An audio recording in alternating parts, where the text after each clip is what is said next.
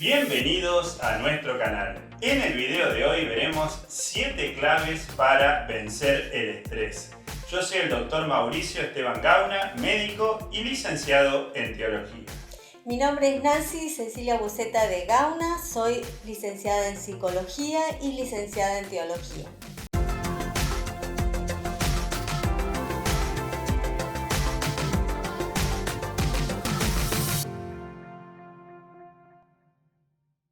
¿Saben que les cuento una curiosidad que nos pasa en el consultorio en clínica médica? Que el 60% o más de los pacientes que vienen a una consulta tienen alguna relación con el estrés, ya sea en forma directa, porque el estrés generó esa enfermedad, o en forma indirecta, porque el estrés la ha agravado, la ha empeorado. Por eso realmente este tema es tan importante. Les cuento algunos ejemplos, pero habría muchísimos más. Por ejemplo, la hipertensión arterial, la cardiopatía isquémica, o sea, los infartos, los accidentes cerebrovasculares, las arritmias, en el sistema endocrino, el sobrepeso, la obesidad, la diabetes, a nivel musculoesquelético, dolores musculoesqueléticos, la fibromialgia, enfermedades inmunológicas como la artritis reumatoidea, el lupus eritematoso sistémico, se agravan con el estrés. Pero la lista seguiría, ¿sí? Por ejemplo, infecciones donde se produce una inmunosupresión, culpa del estrés. Por eso realmente es un tema para tenerlo en cuenta y si te está aquejando este problema, te está afectando, buscar una solución. ¿Y a qué nos estamos refiriendo cuando hablamos de estrés? Generalmente se le da una connotación negativa, pero podemos pensar que en realidad estamos todos los días confrontados con situaciones de estrés. Son situaciones de demanda del exterior, de ciertas presiones cotidianas que nos ayudan a tener ese empuje para poder realizar determinado fin y adaptarnos y resolver una situación. Eso sería el estrés positivo, el de todos los días, el que nos ayuda a estar motivados y que por lo general cuando terminamos la actividad nos relajamos y nos sentimos bien.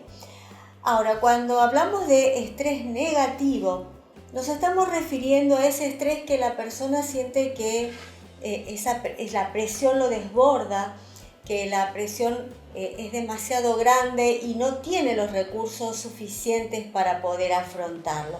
Ese es el estrés que nos enferma. Hay 3 factores que necesitamos conocer a la hora de evaluar una situación de estrés. Por un lado, ¿cuál es el estresor o los estresores que están presionando a una persona? Es importante en este sentido saber que en la misma situación de estrés no le va a afectar de la misma manera a distintas personas. Y en eso pasamos al segundo elemento, que es la interpretación. ¿Qué es lo que la persona interpreta frente a lo que le está sucediendo? ¿Cómo lo ve? Si interpreta que va a poder afrontarlo, si interpreta que lo desborda, si interpreta en forma muy negativa o tiene una interpretación más resiliente, más positiva, y en ese caso los resultados van a ser muy diferentes. Y el tercer elemento justamente son los recursos de afrontamiento con lo que la persona cuenta, son esos recursos que se ponen en marcha para poder resolver la situación. Hay personas que no saben cuáles son sus propios recursos hasta que se pone en marcha la situación. Y muchas veces en el consultorio necesitamos también ayudarle a hacerle ver a la persona cuáles son sus recursos. Pueden ser ya sea económicos, si se trata de un problema económico, ya sea familiares, ya sea la red de contención de amistades. Es decir, los recursos cognitivos, los recursos a la hora de pensar la resolución de un problema, etc. Entonces, como vemos, Son distintos factores frente a una misma situación y cada persona lo va a afrontar de una manera diferente. ¿Y cuándo es más probable que enferme el estrés si tenemos en cuenta los tipos de estresores, de factores que nos afectan? Tengan en cuenta que un estresor, cuando es muy intenso o muy prolongado o a ambos, es realmente cuando más problemas va a ocasionar. Muy intenso, por ejemplo, un accidente, una catástrofe, una situación inesperada que realmente no creíamos que iba a suceder, realmente muy intenso, cuesta procesarlo. Cuando es muy prolongado, una enfermedad crónica, las relaciones tóxicas de las cuales la persona siente que no puede escapar, la presión laboral, el estrés a nivel laboral, y ni hablar cuando se juntan ambas, un estrés muy intenso y encima muy prolongado. En esos casos realmente la situación es más problemática. ¿Y qué sucede en nuestro cerebro cuando estamos crónicamente estresados o tal vez momentáneamente pero demasiado intenso que nos desbordó? La glándula suprarrenal de nuestro cuerpo va a liberar cortisol y adrenalina. Pero quiero hablar del cortisol, que es interesante. Saben que el cortisol es una hormona que actúa por todos lados, pero en el cerebro va a ir a la corteza prefrontal y al sistema límbico, como podemos ver en la lámina, y allí va a producir alteraciones con una menor actividad cognitiva, disminución de la memoria, disminución del grado de atención, irritabilidad, alteración del sueño, lo cual va a hacer que tengamos menos capacidad para interpretar esa situación. Es como que la vamos a ver peor, la vamos a ver más distorsionada todavía. Y esto me recuerda a un escrito, un pasaje bíblico de hace cientos y cientos de años, escrito en el libro de Eclesiastés 7:7, que dice: la opresión hace entontecer al sabio. Qué curioso, la opresión hace entontecer al sabio. Fue escrito hace cientos y cientos de años. Sin embargo, hoy sabemos que ante una opresión muy intensa, un estrés muy intenso, ese cortisol elevado, actuando en sistema límbico y en corteza, como decíamos recién, realmente nos hace entontecer, nos hace tener una dificultad cognitiva para la interpretación de las cosas. Por eso nunca ante una situación de estrés es buen momento para tomar decisiones, porque hay mucha probabilidad de que nos equivoquemos. Bueno, y ahora sí les vamos a mencionar 7 cosas, 7 recomendaciones para poder tener un afrontamiento positivo frente al estrés.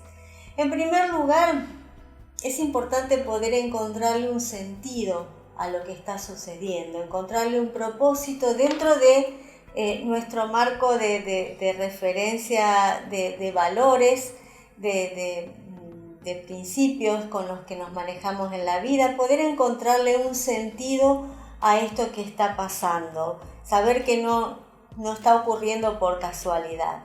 En segundo lugar, también es importante ser agradecidos. Muchas veces nos centramos en lo que nos falta, en lo que no tenemos, y no somos lo suficientemente agradecidos por lo que sí tenemos o por el apoyo que estamos recibiendo de distintas personas. Por eso es importante ponernos a pensar y seguramente vamos a tener, aún en medio de esta situación de estrés, muchos motivos por los cuales agradecer. También es importante poder disfrutar de las pequeñas cosas. Esa capacidad de volver a lo simple, a estar en casa, estar preparando una comida para la familia, disfrutando una mesa, disfrutando momentos. Es importante poder volver a tener esa capacidad.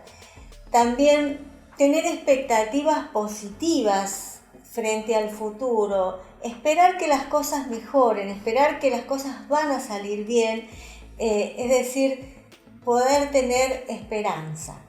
El quinto de los consejos, de las recomendaciones, es ponerse nuevas metas que realmente entusiasmen, nuevas metas que nos desafían, e ir dejando las cosas que quedaron atrás, ¿sí? Las cosas que tal vez eran estresantes, ir dejándolas, ¿sí?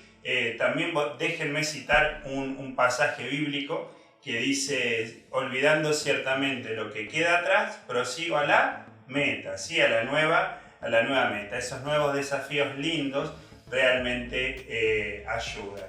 En sexto lugar, es recomendable cortar con las actividades o relaciones tóxicas. Hay realmente situaciones o personas que son muy estresantes en nuestra vida y es bueno buscar la forma de poder terminar con ese tipo de situaciones dentro de lo que sea posible para sacarnos ese factor estresante. Y en séptimo y último lugar, busca ayuda, porque muchas veces con nuestra propia mirada no es suficiente para encontrar salida, entonces necesitamos un consejero, un terapeuta que realmente nos ayude. Recuerda siempre que en la multitud de los consejeros está la sabiduría.